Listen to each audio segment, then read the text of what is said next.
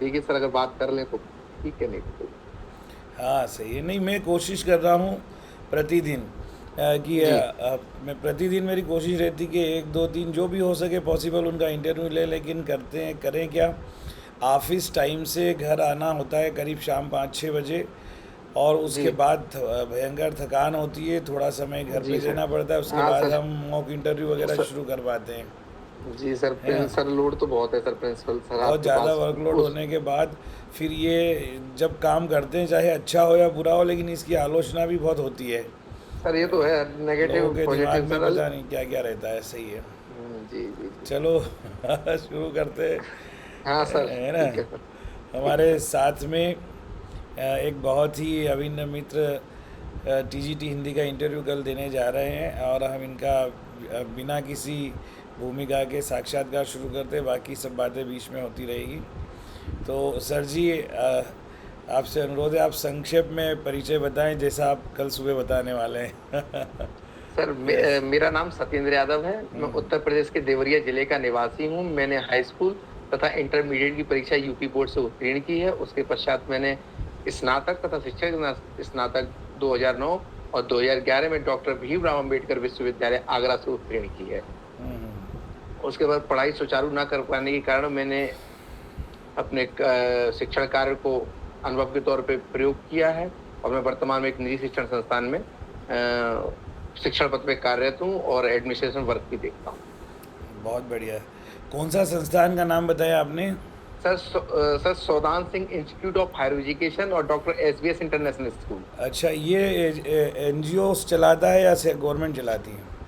Sir semi government है sir, जो अर्ध सरकारी होते हैं सर। अच्छा अच्छा, हाँ हाँ, ठीक है। जी, राज्य सरकार द्वारा पोषित। अच्छी बात है। चलिए, अब अपनी स्ट्रेंथ बताइए एक्चुअल में, कि आप जिस पद के लिए साक्षात्कार दे रहे हैं उसके लिए दूसरे का चयन न करके आपको वरीयता क्यों दी जाए, आप में ऐसी क्या विशेषताएं हैं या अलग चीज़ है जिसकी वजह से आपका चयन इंटरव्यू बोर्ड करे? सर सर्वप्रथम मैं केंद्रीय विद्यालय संगठन द्वारा जो भी अर्हता मांगी है उसको पूर्ण करता हूँ, तथा मैं शिक्षण कार्य के में मेरी रुचि है और मैं शिक्षण कार्य में आईसीटी का प्रयोग कर सकता हूँ। और जो शिक्षण कार्य में चुनौतियां हैं, जैसे एक मार्गदर्शक के रूप में, एक गाइड के रूप में, इन सब के लिए मैं उत्साहित हूँ, इन सब चुनौतियों को स्वीकार करने के लिए। और मैं अपने को परिस्थिति अनुकूल ढाल सकता हूँ, और मैं एक संघर्षशील हूँ, और सकारात्मक सोच के साथ अपने में सकारात्मक व्यक्तित्व भी है। बिल्कुल अच्छी बात है सर। तो मुझे ये जानना है कि आप हिंदी भाषा को आईसीटी का प्रयोग करके किस तरह से आप प्रभावशाली शिक्षण करेंगे, इसके बारे में थोड़ा सा बताइए। अच्छा सर। सर आईसीटी का प्रयोग आजकल के आम जनजीवन में अति आवश्यक हो चुका है। अगर शिक्षा की बात आती है तो मैं आईसीटी का प्रयोग हिंदी माध्यम से, जैसे मैं किसी कविता को पढ़ाता हूँ, उसके में मैं एनिमेटेड वीडियो बनाकर उस कविता को पढ़ा सकता हूँ। और मैं जैसे गूगल मीट के द्वारा बच्चों को, वो एक जगह सारे बच्चों को एकत्रित करके पढ़ा सकता हूँ। और मैं गूगल फॉर्म के द्वारा बहुविकल्पीय प्रश्न बनाकर बच्चों को दे सकता हूँ, जो रेंडमली मैं उसको तुरंत उसका फीडबैक भी मुझे प्राप्त हो सकता है। और किसी टॉपिक पे जैसे किसी बच्चों को दिक्कत आ रही, तो मैं उस टॉपिक को यूट्यूब के माध्यम से छोटे छोटे वीडियोस बनाकर मैं दे सकता हूँ। और जो बच्चे किसी कारण से किसी अच्छे टॉपिक पे विद्यालय आने में असमर्थ है, तो मैं उसका यूट्यूब वीडियो बनाकर अपने लिंक को प्रोवाइड करा सकता हूँ, जिससे कि बच्चे घर पे ही बैठ के उस चीज़ को सीख सकें, उन्हें कहीं नुकसान ना हो सके। बहुत बढ़िया, अच्छी बात है। अब ये बताएं कि हिंदी भाषा में एक्चुअल में अगर देखा जाता है तो बच्चे मार्क्स तो अच्छे ले आते हैं, जी लेकिन जब इम्प्लीमेंटेशन की बात होती है, मौलिक अभिव्यक्ति की बात होती है, तो बच्चे अपने आप को हिंदी भाषा में भी अच्छी तरह से प्रभावशाली ढंग से अभिव्यक्त नहीं कर पाते। इसका आप क्या कारण समझते हैं और इसके लिए आप क्या प्रयास करेंगे? सर, इसका मेन कारण है उनका उच्चारण स्थान। क्योंकि जब तक व्यक्ति अच्छे से बोल नहीं पाता, बालक जब से अच्छे से बोल नहीं पाता, तो वो अच्छे से लिख भी नहीं सकता। जो भी चार है, लर्निंग, स्पीकिंग, रीडिंग और राइटिंग, ये चार जो भाषा शिक्षण की जो स्किल्स हैं, सबसे पहले इसमें निपुण होना अति आवश्यक है किसी भी चीज को लिखने के लिए। अगर आप वर्तनी में अशुद्धि करेंगे तो आपका शब्द भंडार या शब्द लिखने की क्षमता गलती की संभावना बढ़ जाएगी। इसके लिए मैं बच्चों को वर्ण विचार सिखाऊँगा, वर्ण विचार के साथ मात्राएँ लगाना सिखाऊँगा और मात्रा लिखा के साथ-साथ धीरे-धीरे एक वाक्य में परिवर्तित करूँगा और वाक्य में परिवर्तित करने के बाद उनको कॉम्प्रिहेंशन लिखवाऊँगा, जिससे कि उनकी अभिरुचि भी डेवलप होगी और शब्द भंडार भी बढ़ेगा। अच्छी बात है। इसके साथ एक और चीज़ जो है कि कुछ पर्टिकुलर मात्राएं होती है ऐसी जिसमें बच्चे अक्सर गलतियां करते हैं। देखो, है में बिंदी कहाँ आएगी बच्चों को पता नहीं, की में कहाँ छोटी और बड़ी की मात्रा करते हैं, कहाँ छोटे और बड़े की गलतियां करते हैं। ये बड़े बड़े एमए करने वाले भी गलतियां करते हैं। तो ऐसी सिचुएशन में आप बताइए कि बच्चों को किस तरह से समझाएंगे, इन मात्राओं का ज्ञान किस तरह से देंगे कि बच्चे सर उनको वर्तनी में गलती ना करें। सर उनको मैं मात्राओं का ज्ञान सर उच्चारण के तहत बताऊँगा, वर्ण विचार पढ़ाऊँगा, वर्णमाला पढ़ाऊँगा और सेंटेंसों में उनका कैसे वाक्य में उसका कैसे प्रयोग होगा ये करना सिखाऊँ। एक आध एग्जाम्पल बताइए थोड़ा, जैसे ज है और है की मात्रा का, या आप की मात्रा या ऊ की मात्रा का कैसे करेंगे, ओ औ का कैसे करेंगे, ए का कोई भी एग्जाम्पल दे के बताइए थोड़ा। सर जैसे हम राम पुस्तक पढ़ता है, हाँ हाँ। राम पुस्तक पढ़ता है, हम्म। तो सर ये तो है, मतलब इसमें कोई बिंदी का प्रयोग नहीं किया जाएगा, हाँ हाँ। है ना जी। जैसे एक वचन के रूप में अगर प्रयोग करेंगे तो है में एक वचन के रूप में उसको प्रयोग करते हैं हम लोग। और जैसे जहां बहुवचन हो जाता तो वहां पर है की बिंदी लग जाती, जैसे पुस्तकें। और जैसे किसी को सम्मान में हमको देना होता है, किसी को सम्मान देना होता है कि आज मान लीजिए माननीय सांसद जी विद्यालय आ रहे हैं, तो यहाँ पे हे में कौन सी बिंदी आएगी? सर इसमें हे में ऊपर जो बिंदी आती है वो आएगी डबल मात्रा के साथ। मतलब अगर आप किसी को सम्मान देते हैं और वहाँ अगर वाक्य के अंत में है का प्रयोग होता है तो आप उसमें बहुवचन का प्रयोग करेंगे, यही कहना चाह रहे हैं जी ना? जी जी जी अच्छा, जी ठीक है। इसमें लेकिन जो आपने बताया पुस्तक वगैरह का, ये एक वचन बहुवचन का है, सब जगह ये लागू नहीं हो, लेकिन है और हैं जो है इसमें और पुस्तकें में अंतर है। पुस्तक क्या है, संज्ञा है, संज्ञा के बहुवचन का रूप अलग होता है जो एक्चुअल में सहायक क्रिया है। तो आपका कभी बाई चांस ये प्रश्न अगर आ जाए तो आपको बताना है कि है सहायक क्रिया है, किसी भी क्रिया के मुख्य क्रिया के अंत में आती है, और मुख्य क्रिया का वचन अगर सिंगल एक वचन है तो बिंदी इसमें नहीं आएगी, और मुख्य क्रिया का वचन जो है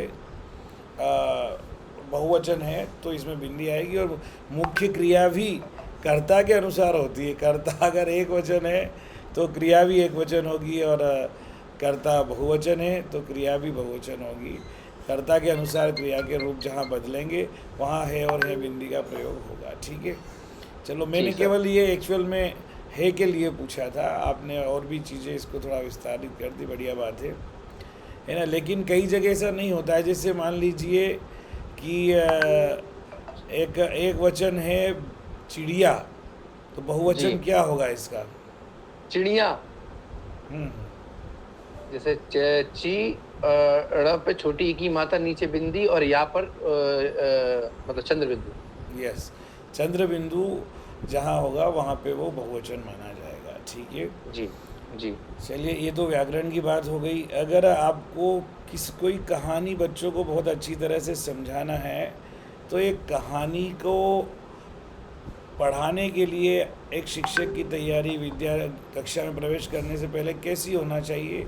क्या क्या TLM और क्या क्या योजनाएं उसे बनानी चाहिए? सर जैसे कोई कहानी पढ़ाने के लिए पहले तो जो उसके अंदर पात्र होते हैं उसको जानना मेरे लिए अति आवश्यक है, एक शिक्षक के तौर पे। उस कहानी को पढ़ाने के लिए मैं बच्चों की भी मदद ले सकता हूँ। जैसे मैं उन पात्रों को बच्चों को दे सकता हूँ कि आपका नाम राम है, आपका नाम श्याम है। फिर उनके बीच मान लो कहानी में क्या वो लोग करते हैं, उनके साथ एक नाटक करके भी उस कहानी का मैं सारांश के तौर पे उस कहानी को बता सकता हूँ।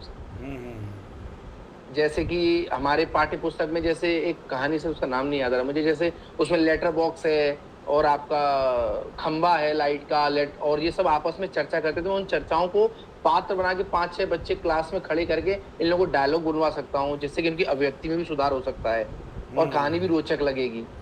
ठीक है, ठीक है। इसमें एक बात का आप ध्यान रखिए कि कहानी है या कोई भी गद्य पाठ है, तो पहला हमें योजना बनाने से पहले, कुछ भी करने से पहले शिक्षक की ड्यूटी है कि कम से कम उसको 2 से 3 बार थॉरली अच्छी तरह से पढ़े, उसकी विषय वस्तु को समझें। दूसरा, उसमें कुछ कठिन शब्द जो विद्यार्थियों के स्तर के हैं, हम अपना अनुमान लगा करके उनकी सूची बनाएं और उनका शब्दार्थ जो उससे बच्चों को परिचित करवाएं। ये योजना पहले ही हमारे मन में होना चाहिए।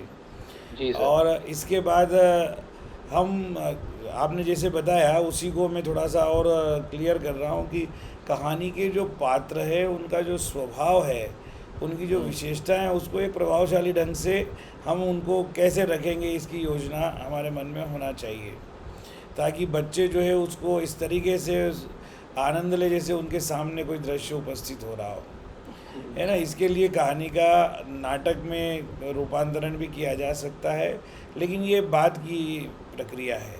पहले आप जी उसे सर। अच्छी तरह से पढ़ाएं, समझाएं, और कहानी कथन शैली जो है आपकी इतनी बढ़िया होना चाहिए, उसका एक आध बार अभ्यास करना ज़रूरी है, ताकि पूरे पाठ को पढ़ाने से पहले आप संक्षेप में कहानी को इस प्रकार से सुनाएं कि पात्र और उनका चरित्र चित्रण स्पष्ट हो जाए शब्दार्थ वगैरह करने के बाद में। जी। और कोई भी गद्य पाठ हो, उसमें अगर कोई जी। लोकोक्ति आती है, मुहावरा आता है, कुछ इस प्रकार के पर्यायवाची विलोम शब्द या आते हैं, या वाक्य भेद के अनुसार सरल संयुक्त मिश्र उपवाक्य वगैरह आते हैं, तो हम थोड़ा आइडेंटिफाई कर लें बच्चों को, उस पाठ के साथ ही ज़रूरत के अनुसार हम उनका प्रयोग और उनका महत्व बताएं। क्योंकि कहानियों में अक्सर, जैसे प्रेमचंद की कहानियों में तो सामान्यतः मुहावरों का प्रयोग होता ही है, लोकोक्ति का प्रयोग जी। होता है, तो जी। हमें वो भी जो है उससे परिचित करवाना विद्यार्थियों को जरूरी है। जी सर। चलिए ठीक है, एक और आपसे थोड़ा सा ये जानना था मुझे कि अगर काव्य पढ़ाया जाता है, कोई जी कविता आप पढ़ाते हैं, तो उसको पढ़ाने की शैली आपकी कैसी होगी, किन बातों का ध्यान रखें? सर, काव्य पढ़ाते समय जो काव्य की जो लय है उसके अकॉर्डिंग काव्य को बताना है मुझे। हम्म, जो उसके अंतर्गत जो कठिन शब्द हैं वो बताने हैं मुझे। उसमें कौन सी संधि शब्दों के अंदर ये भी पहचानने का प्रयास करूंगा उसमें कौन सा समास है या कौन सी संधि है, उसका क्या क्या पर्यायवाची है। अच्छा है, ठीक इस है। तरह। लेकिन काव्य में महत्वपूर्ण चीज़ जो होती है वो होता है काव्य सौंदर्य। किसी भी कविता को जब आप पढ़ाएं, तो वो कविता या काव्य किस विधा के अंतर्गत आता है, वो गीत है या गज़ल है या कोई और चीज़ है, तो ये हमें उन्हें बताना ज़रूरी है बच्चों को कि वो किस विधा के अंतर्गत आता है, जैसे आज सर। जी जी जी। गीति नाट्य है या क्या है। और इसके साथ उसके भाव, भाषा, रस, छंद, अलंकार, इनका ज्ञान होना चाहिए, गीति तत्व उसमें है कि नहीं। और जब हम काव्य पढ़ाते हैं तो पढ़ाने के साथ साथ ही हमें भाव, भाषा, रस, छंद, अलंकार का ज्ञान देना बच्चों को आवश्यक है। जरूरी है ना। जब काव्य की बात आई तो मैं ये जानना चाहूँगा कि आप बताएं कि ये कविता में रस क्या होता है, रस के अंग प्रत्यंग क्या होते हैं, इसके बारे में संक्षेप में बताएं। सर, रस जिसको पढ़ के हमें आनंद प्राप्त होता है सर, जिसको पढ़ के हमें आनंद की प्राप्ति है सर, उसको रस बोलते हैं। हम्म, और इसमें भी सर कई प्रकार होते हैं रस के। हम्म, 9 प्रकार। इसमें सर इसके स्थाई भाव। हाँ हाँ, सर इस तरह के तो इसको तैयार कर थोड़ा सा सर इसको अभी रात में तैयार कर लेना। ऐसा तैयार करा हुआ सर, सब करा रहा हूँ। हाँ, मैंने इसको समझाया भी है, अलग अलग 2-3 साक्षात्कार में, मॉक इंटरव्यू में बताया हुआ है, तो ये मैं फिर बता देता हूँ। देखो कि आलंबन बताया था आपने, उद्दीपन बताया था। मैंने देखो, सर आपकी कुल वीडियो मिला के देखी है सुनो सर। आप, किसी भी जैसे जिस प्रकार से किसी भी फल की सबसे बहुमूल्य चीज़ या मूल्यवान उस फल का रस होता है ना। फूलों का जो रस है वो इत्र होता है, सबसे कीमती होता है। तो इसी प्रकार से, और वो उसका जो रस कहते हैं ना, कोई भी आपने वस्तु, अगर कोई भी फल या फूल को आपने टेस्ट किया हो ना किया हो, लेकिन उसका रस अगर प्राप्त कर लिया, तो आपने उसकी सबसे मूल्यवान वस्तु को प्राप्त कर लिया। ठीक उसी तरह से साहित्य को पढ़ने से जो आनंद की अनुभूति होती है वो भी रस की तरह ही होती है। रस का जी, मतलब ही होता है निचोड़ और पूरा जिस्ट, है ना। जो सबसे मूल्यवान वस्तुएं, जो सबसे मूल्यवान तत्व है वो साहित्य का रस होता है ना। तो जी, मनुष्य के किसी भी व्यक्ति के हृदय में हमेशा जो स्थायी भाव होते हैं, ये स्थायी भाव जब उत्पन्न होते हैं, प्रकट होते हैं, तब रस की उत्पत्ति होती है। तो रस का कारण क्या हुआ? स्थायी भाव हुआ, ठीक है ना। अगर आपके हृदय में प्रेम का, रति का भाव है और वह अगर आप प्रकट करें, इसका मतलब कि आप श्रृंगार रस का आनंद ले रहे हैं।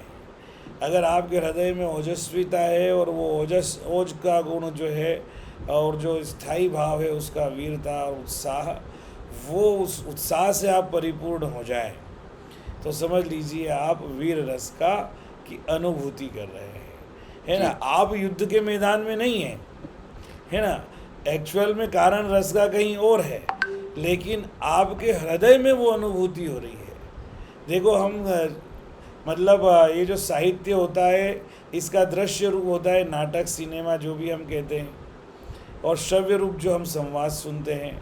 तो इस दृश्य और श्रव्य के माध्यम से हम एक कमरे में बैठे हुए, टीवी के सामने बैठे हुए, मोबाइल लैपटॉप के सामने बैठे हुए श्रृंगार का भी आनंद ले लेते हैं, वीरता का, उत्साह का भी आनंद ले लेते हैं, हास्य से भी परिपूर्ण हो जाते हैं, और जब कोई इमोशनल दृश्य आता है तो आंखों में आंसू भर लेते हैं, करुण रस का परिपाक होता है।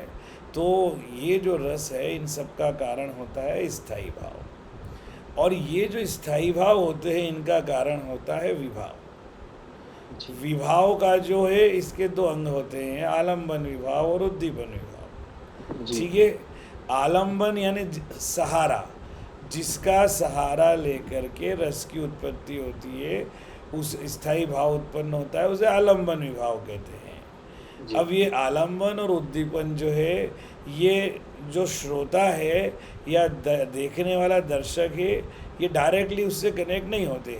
मान लीजिए कि मैं कोई सिनेमा, नाटक या दृश्य काव्य देख रहा हूँ, तो उस दृश्य काव्य का जो नायक है वो मान लीजिए आलंबन है, ठीक है ना। अब ये आलंबन जो है वो नायक नायिका है। अब इस ये आलंबन के भी दो भाव होते हैं, एक होता है आश्रय और एक होता है विषय, ठीक है ना। अब जैसे राम सीता का दृश्य ले नायक नायिका का, तो नायक वो आश्रय है जिसके मन में नायिका यानी विषय के प्रति प्रेम का भाव, स्थायी भाव उत्पन्न हो रहा है, ठीक है ना। तो ये उसके कारण हो गए। तो उद्दीपन क्या होगा कि वो अगर बगीचे में है या उपवन में है तो वहाँ की ठंडी हवा, वहाँ की सिरन, बारिश हो गई या और कुछ दृश्य, फूलों वगैरह है तो ये उस फूलों की गंध, वो सारे कारण जो और उद्दीप्त करते हैं उनके इस प्रेम भाव को, वो उद्दीपन विभाव के अंदर आते हैं।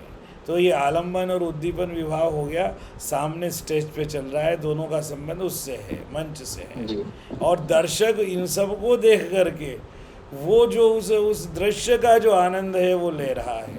तो वो एक्चुअल में रस का परिपाक तो मंच पे हो रहा है, लेकिन उसका स्थायी भाव जो है वो सहृदय, जिसको हम दर्शक कहते हैं, वो सहृदय के हृदय में उत्पन्न हो रहा है। तो सहृदय जी, के हृदय में स्थित स्थायी भाव जब उन विभाव के साथ में, और विभाव, अनुभव, व्यभिचारी भाव, इनके साथ में जब उसका संयोग होता है तो रस की उत्पत्ति होती है, ठीक है ना। तो जी, रस जो है उसका कारण होता है स्थायी भाव, स्थायी भाव का कारण हो गया विभाव, विभाव में है आलंबन और उद्दीपन, और उद्दीपन। ठीक है ना। और ये जो विभाव के जो कारण हैं वो फिर आएगा अनुभव, इन सब आलंबन उद्दीपन के। तो ये अनुभव में कायिक, वाचिक, सात्विक, आहार्य, ये 4 प्रकार के होते हैं, थोड़ा देख लेना, ठीक है ना। तो शरीर की जो चेष्टाएं होती है वो कायिक में आते हैं, वेशभूषा से रिलेटेड आहार्य में आते हैं, बोलते हैं, संकेत करते हैं, इशारा करते हैं, ये सब वाचिक में भी आ जाता है, कायिक में भी आता है। तो ये सब कुल मिला के जो होते हैं 4, ऐसे 8 प्रकार के अनुभव माने गए हैं। और इन जी, अनुभवों के साथ संचारी भाव होते हैं जो आते जाते रहते हैं, है ना। दृश्य को देखना, आश्चर्यचकित हो जाना, दुख होना, करुणा आना, फिर स्तंभित हो जाना, फिर मन में कोई विचार आना, फिर उसका चले जाना, चिंता उत्पन्न होना, फिर जैसे ही हीरो आ गया तो चिंता खत्म हो गया, उत्साह हो जाना, फिर उसके पीछे, हीरो के पीछे किसी ने पिस्तौल लगा दी। यानी जैसे जैसे दृश्य की स्थिति मंच पर या सिनेमा के पर्दे पर बदलती है या साहित्य के पढ़ने में बदलती है, उस स्थिति परिवर्तन के साथ में अनेक प्रकार के भाव विचरण करते रहते हैं, इसलिए इनको संचारी भाव करते हैं। तो ये रस का पूरा हो गया है, और सभी रस का एक एक कुछ खास खास एग्जाम्पल देख लेना है, थोड़ा डिफरेंट हो, ठीक है ना। अच्छा सर, मेरे को एक चीज पूछनी थी सर। हाँ बोलिए। सर मैंने जो अपना अभी बायोडाटा भरा नहीं है सर, अभी मैं भरता, मैंने आपसे एक बार मैंने डिस्कस कर लूँ आपसे। आप मैंने एक लिखा है काम, बायोडाटा को आप अच्छे से टाइप करके हिंदी में वर्ड फॉर्म में मुझे व्हाट्सएप कर दीजिए। मैं उसमें जो है कोई करेक्शन होगा थोड़ा बेहतर बना करके आपको वापस भेज दूंगा, ठीक है ना। फिर आप अपने हिसाब से उसको सेट कर लेना। हाँ, मैंने सर हैंड राइटिंग में उसको लिख दिया, अपनी हैंड राइटिंग। हाँ ठीक है। और पूछिए अगर वो तो आप कुछ, आपको ये बाकी के मैंने वीडियो में सब बताए हुए हैं। अच्छा सर, एक चीज और सर, जो शब्द शक्ति का जो टॉपिक है सर, वैसे तो मेरे को पढ़ा लेता हूँ, कोई दिक्कत नहीं होती, लेकिन सर उसके पद से रिलेटेड कोई एग्जांपल होते तो सर वो दिक्कत नहीं तो सीमित रहते अभिधा, लक्षणा, व्यंजना, है ना, जो तो साधारण clear है। अर्थ देती है कि, है ना, कि महेश के घर एक सुंदर कन्या का ने जन्म लिया, ठीक है ना। तो ये साधारण अर्थ है, इसमें वही अर्थ है जो जहाँ शाब्दिक अर्थ का प्रकट होता है वो अभिधा है ना। और लक्ष्यार्थ का मतलब होता है जहाँ कोई लक्षित अर्थ के लिए वाक्य प्रकट बनाया जाता है, वह लक्ष्यार्थ होता है। उसका एक ही लक्ष्य होता है, मतलब प्रभावशाली ढंग से कहने के लिए, है ना। तो वहाँ जो शाब्दिक अर्थ है वो नहीं रहता। इसमें जनरली मुहावरादार भाषा होती है ना, कि पुलिस तो आई थी लेकिन चोर तुरंत 9-2-11 हो गया, ठीक है। 9+2 11 इसका अर्थ शाब्दिक नहीं है, तो यहाँ लक्ष्यार्थ है, ठीक है। और सूर्य पूर्व दिशा में उगता है, या सूर्य आज सूर्यास्त हो गया, एक्चुअल में जो सूर्य अस्त हुआ ये शाब्दिक अर्थ है, ठीक है ना। लेकिन उस दिन मान लो किसी महापुरुष की मृत्यु हुई और हमने कहा कि भारत के में बहुत बड़ा जो है आज घटना हुई, आज समझ लीजिए भारत का सूर्य अस्त हो गया, तो एक लक्ष्य करके कहा गया है कि कोई इतना महत्वपूर्ण व्यक्ति था जो इस संसार में भारत से चला गया, ठीक है ना। एक व्यंजना होती है जो व्यंग्यार्थ प्रकट करती है ना। इसमें थोड़ा सा अर्थ की और गंभीरता हो जाती है, इसमें व्यंजना की होती है। तो इसमें जो है लोग अलग अलग प्रकार से अपना अर्थ व्यंजित करते हैं कि गांधी जी की मृत्यु हुई और सूर्यास्त हो गया, मतलब गांधी जी जो सबको अपने चरित्र के माध्यम से, विचार के माध्यम से, आचरण के माध्यम से जो ज्ञान का प्रकाश देते थे, वो प्रकाश अब नहीं मिलेगा। वो प्रकाश देने वाला जो व्यक्ति था वो सूर्य के समान था जो अस्त हो गया। अब जो उनके विचार है वो जीवित रहेंगे। तो ऐसे करके ये इसमें व्यंजना होती है।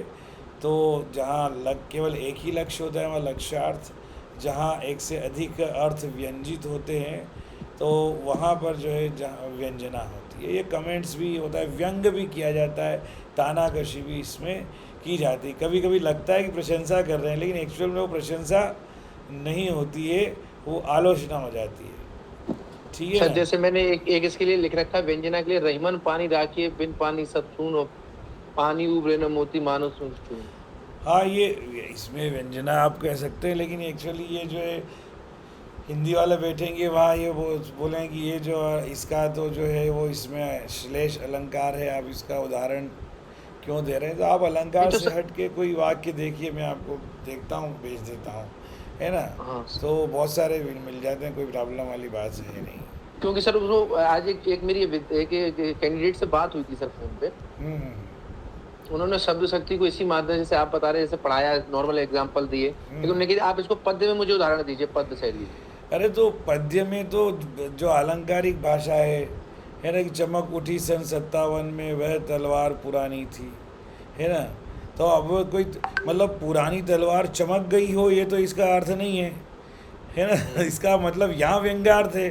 व्यंग्यार्थ क्या है कि जो वीरता का भाव भारतीयों के मन में जैसे लुप्त हो गया था, झांसी की रानी लक्ष्मीबाई ने उस वीर भाव को जगा दिया कि जो भारत की वीरता की पुरानी परंपरा रही है, रानी लक्ष्मीबाई ने युद्ध को के लिए अंग्रेज़ों को ललकार के और उनका सामना करके ऐसा लगा जैसे कि वो भारत की बहुत पुरानी वीरता की परंपरा को उसने ताज़ा कर दिया हो। यहाँ तलवार के चमकने का कोई मीनिंग नहीं है, यहाँ अर्थ कोई और है, व्यंग है, ठीक है ना। तो यहाँ ऐसे उनको बताइए, आहुति सी गिर पड़ी चिता पर चमक उठी ज्वाला सी, है ना। ये रानी लक्ष्मीबाई जब उस आहुति उनकी चिता पर जब उनको चढ़ाया जाता है तब जाके वे बताते हैं, इस तरह की बात होती है।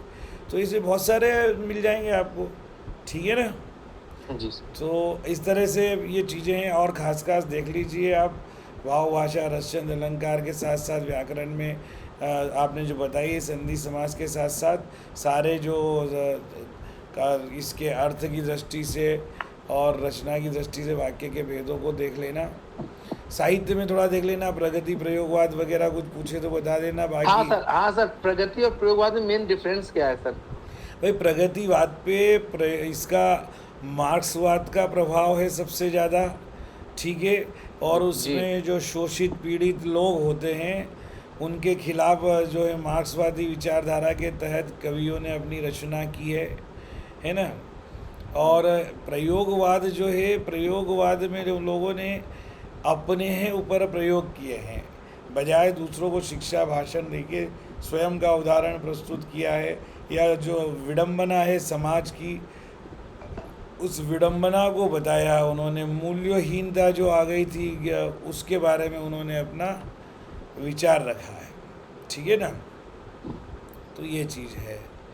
छायावाद में आत्मा और परमात्मा से संबंधित जो रहस्य है उन पर जो है उन्होंने लिखा है। प्रकृति में उन्होंने उस नियति की कल्पना की है, परमात्मा की कल्पना की है। द्विवेदी युग में राष्ट्रवादी विचारधारा थी, ये सारी चीज़ें हैं। तो ये शॉर्ट में एक बार आप देखेंगे तो खास खास एक एक दो दो लाइन तो आप बता पाएँ, 2-3 लाइन ये देख लेना। मुझे लगता है काफ़ी समय भी हो रहा है ना मुझे अभी एक से और मिलना है, और इसके बाद तो मेरी आप तरफ से आपको बहुत बहुत हार्दिक शुभकामनाएं। और भी मन में कोई बात हो तो आप सुबह सर जो आपको सिचुएशन जो आपने पूछे थे मुझसे जो क्वेश्चन, उसके सर आंसर में कुछ ठीक थे कि कैसे? हाँ, आपने बीच बीच में कुछ अंग्रेजी शब्दों का प्रयोग किया था कि मैं सेंटेंसों को बताऊंगा, तो ये नहीं करना है, इसको निगेटिव माना जाता है, वाक्य को बोलिए ना। तो अब जब आप बोल रहे हैं तो बीच बीच में अंग्रेजी का पुट आ जाता है। जब हम भाषा के शिक्षक हैं तो जहाँ ज़रूरी हो वहाँ भले ही प्रयोग करें, लेकिन सामान्यतः हम पूरा साक्षात्कार हिंदी में ही देने का प्रयास करें, ताकि उनको लगे कि भाई इसकी भाषा पे का इसका वोकेबलरी, इसका शब्दकोश बहुत अच्छा है, ठीक है ना। और पूरे आपके चेहरे पर मुस्कुराहट रहे उस समय बताएं, आत्मविश्वास रहे, मुस्कुराहट आए या ना आए लेकिन आत्मविश्वास झलकना चाहिए। और आप मन में सोच लीजिए कि जो चीज़ पढ़ाएंगे उसको बहुत बेहतर तरीके से पढ़ाएं। और सर मैंने सर टॉपिक तैयार के लिए आज मैंने सर आपका भी टॉपिक देखा सर, उस पर आपका 2 साल पुराना वीडियो देखा मैंने। वो कन्यादान के ऊपर है ना सर आपका वीडियो एक। हाँ बढ़िया हाँ सर, आज मैंने वही देखा, मैंने ही तैयार कर रखा था, लेकिन आप भी वही बात करें, लेकिन आपके शब्दों के बहुत अच्छे शब्दों का प्रयोग था, मेरे में थोड़े से कम शब्दों को, तो आज मैंने काफी 2 बार देखा। बस अगर बोले तो वही पढ़ा देना। और नहीं सर, मैंने कन्यादान और बच्चे काम पर जा रहे हैं 2 पोयम रेडी कर ली। बढ़िया है। और अगर वो अपनी इच्छा से कुछ देते हैं तो उसको शुरू कर देना, कोई चिंता ही नहीं। पूरे जनरली क्या होता है, अगर जब आप अच्छा पढ़ाना शुरू करते हैं ना तो वो बुला के बिठा देते हैं, चलो ठीक है आ जाओ भाई, उनको लगता है कि आता है इसको। कई बार बिल्कुल अच्छा नहीं पढ़ाते हैं तो भी बिठा देते हैं, दोनों स्थिति बनती है। जी। तो ये सारी चीज़ें हैं। सर वाइफ का बताना है कि नहीं बताना है? अगर बाई चांस। नहीं, अगर ऐसा कोई विशेष प्रसंग आता है तब आप बताइए, अदरवाइज कोशिश कीजिए कि आप तभी बताएं जब पूछा जाए। अगर वो परिवार के बारे में पूछे, फैमिली बैकग्राउंड के बारे में, तब आप ज़रूर बताएं। देखो क्या है, हम पहले से ही बता दें तो ये हमारी कमज़ोरी होगी, वो सोचेंगे कि ये अपना प्रभाव बता रहा है। लेकिन अब पूरा इंटरव्यू लंबे समय तक चलेगा, कभी कोई ऐसी स्थिति आए और वो बताएं। अच्छा, जैसे सर केवी कल्चर के बारे में पूछ रहे तब बता सकता हूँ सर इस बात को। हाँ, अगर वो पूछते तो बताए कि मैं केवी के कल्चर को मैं बहुत नज़दीक से जानता हूँ, केवी में किस तरह की कार्यप्रणाली होती है ना। मैं इससे भली भांति परिचित हूँ, क्योंकि मेरे परिवार का एक सदस्य जो है हमारे इसमें केंद्रीय विद्यालय में कार्यरत है। जब वो बोले कौन सदस्य कार्यरत है, तब आप तब बता बताइए, दें। है ना। मतलब ऐसा लगे कि हम आप जो है डायरेक्टली नहीं बताना चाहते हैं, है ना। फिर आखिरी में मान लो कोई और ऐसा प्रसंग आए जब बीच में नहीं निकला हो, तो तब आप बताएं। तो उनको इससे क्या आपके मन में आपके प्रति पॉजिटिव भाव होगा कि देखो इसका ये इतना जुड़ा हुआ है, फिर भी इसने आगे रह कर के नहीं बताया, बात निकली तो बताया, मतलब ये उसका लाभ नहीं लेना चाहता था। तो ये कहीं ना कहीं चीज़ आना चाहिए। सर ठीक है ना? इंट्रो ठीक था सर उतना? कौन सा? हाँ, बाकी सब ठीक ठाक था, लेकिन अपनी स्ट्रेंथ आप बताइए। इंट्रो में शॉर्ट में बताने के बाद जो आपने बताया, ये सब जो मैंने पूछा ना, आपने आईसीटी और ये सब बताया, वो आप उसी के साथ बताने की कोशिश करें शॉर्ट में कि भाई मैं सर, मुझे हिंदी भाषा के प्रति मेरी स्वयं की बहुत अभिरुचि है। मैं हिंदी भाषा का अध्यापन में सीखने सिखाने में आनंद का अनुभव करता हूँ, और मैं विद्यार्थियों की अभिरुचि हिंदी भाषा के प्रति सही अर्थों में पैदा करने की क्षमता रखता हूँ। और जो कमियाँ मैं देख रहा हूँ उन आज के मतलब वातावरण में, उन कमियों को मैं समूल जो है नष्ट करके और एक बेहतर जो है वातावरण देने में समर्थ हूँ। भी मुझे क्या कमियाँ है कि भाई सर, आज क्लास 12 में बच्चा निकल जाता है, कॉलेज में आ जाता है, एक एप्लीकेशन भी ठीक से नहीं लिख पाता, वर्तनी की बहुत गलतियाँ होती है। लेकिन मैं जब पढ़ाऊँगा तो सर मेरे विद्यार्थी इस तरह का नहीं करेंगे। बहुत हद तक मैं इन सब चीज़ों में सुधार लाऊंगा। जी सर। ठीक है ना। जी तो सर। ये सारी चीज़ें, और हिंदी के कम से कम 10 इंटरव्यू होंगे, आप छाट छाट के देख लेना। जी जी ठीक है और सर, मैं जहाँ देख जैसा आपको उचित लगे देख लीजिएगा। ठीक है ना। ठीक ठीक है सर, मैं कल शाम को आपसे बात कर सकता हूँ? शाम के रात बिल्कुल, के शाम टाइम? को जब चाहे आप बात कर लो, आपका साक्षात्कार हो जाए, उसके बाद फिर एक बार अपना अनुभव सुनाना। ठीक है ठीक है। सर, थैंक यू और सर। मेरी तरफ से आपको बहुत बहुत शुभकामनाएं। ईश्वर करे आपका सिलेक्शन हो, और अगर हम फिर जो है 1 महीने बाद मिले तो आपसे टीजीटी हिंदी के रूप में मिले, है ना। ठीक है सर, धन्यवाद सर। पूरा हमेशा देखो, हमारे होना नहीं होना कुछ परिस्थितियाँ और कुछ ईश्वर के ऊपर भी निर्भर करता है, लेकिन हमारे चेहरे की खुशी को, आत्मविश्वास को कोई कम नहीं कर पाए। इस बात का आप ध्यान रखिए। ठीक है ना सर जी। ठीक है सर। Okay, okay sir. नमस्कार, थैंक यू वेरी मच, नमस्ते बहुत सर। बहुत धन्यवाद। Thank you sir, thank you. Okay, मिलेंगे सर।